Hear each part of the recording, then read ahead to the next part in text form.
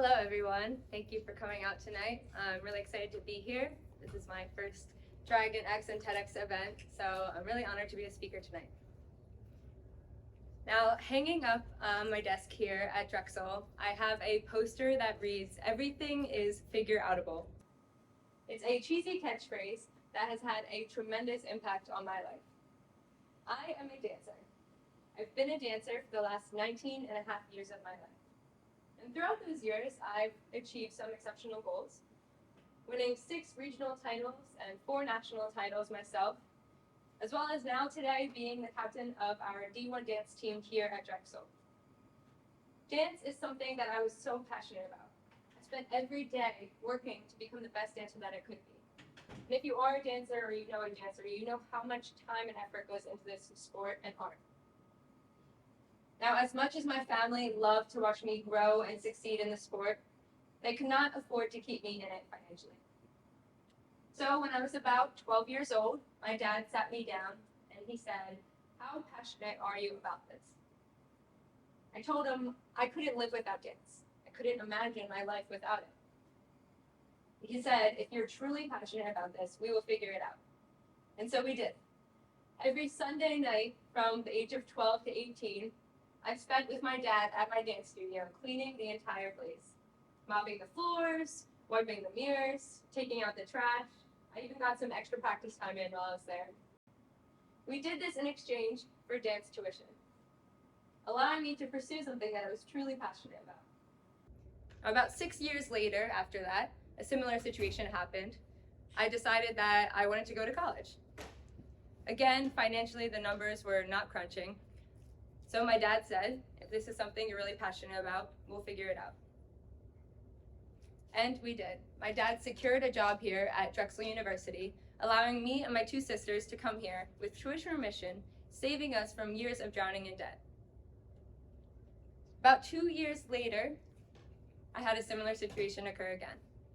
After beginning my studies here in meteorology, as well as reporting and researching on sustainability for Drexel's TV show Inside Ambition, I became hyper aware of the waste that I individually was producing, specifically cosmetic waste.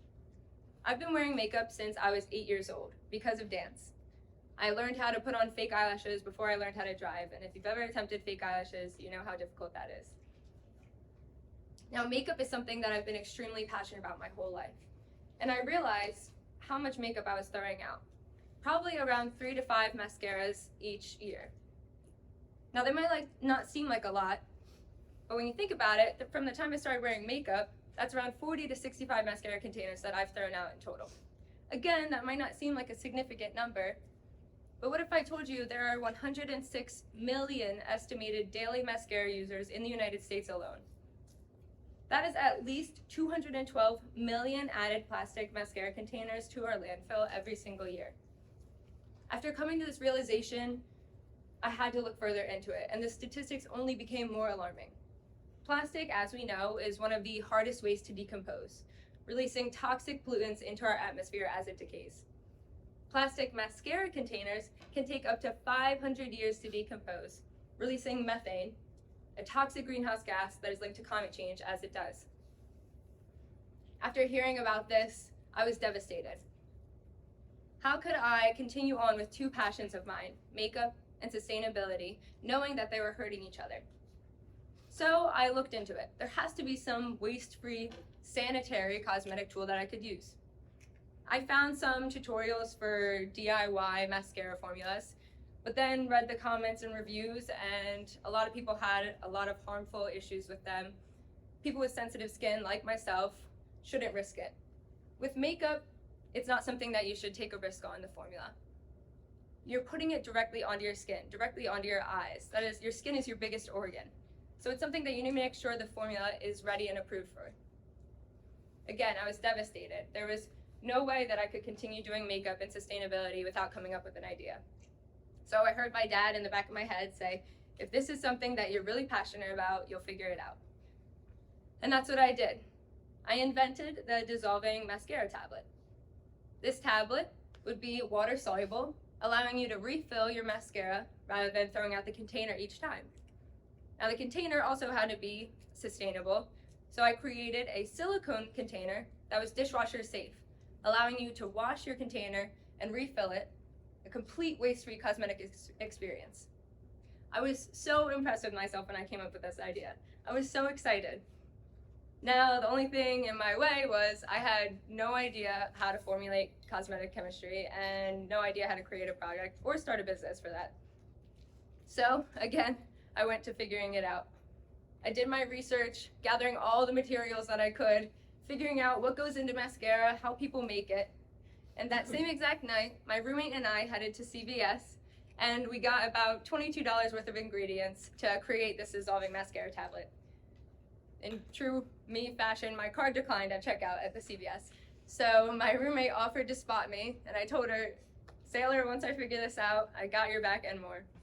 I went home that night. I spent the next 12 hours ruining my security deposit with mascara residue, trying to create this product, and I finally did it. I made the tablet, it worked, I put it on my own eyes, nothing bad happened, and I was so impressed with myself.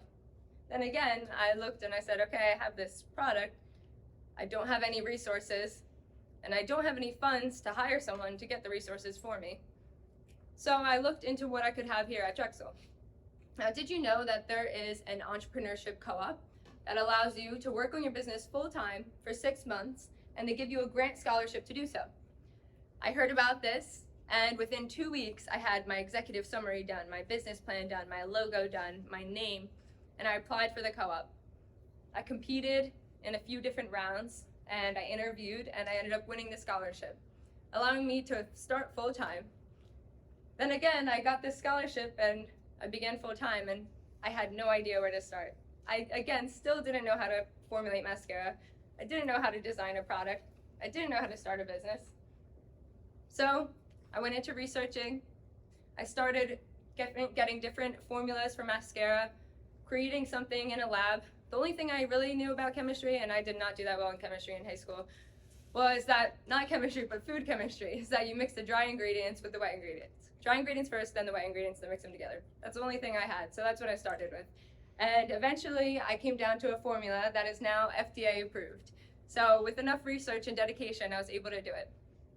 A few of my friends here at our close school taught me how to CAD engineer.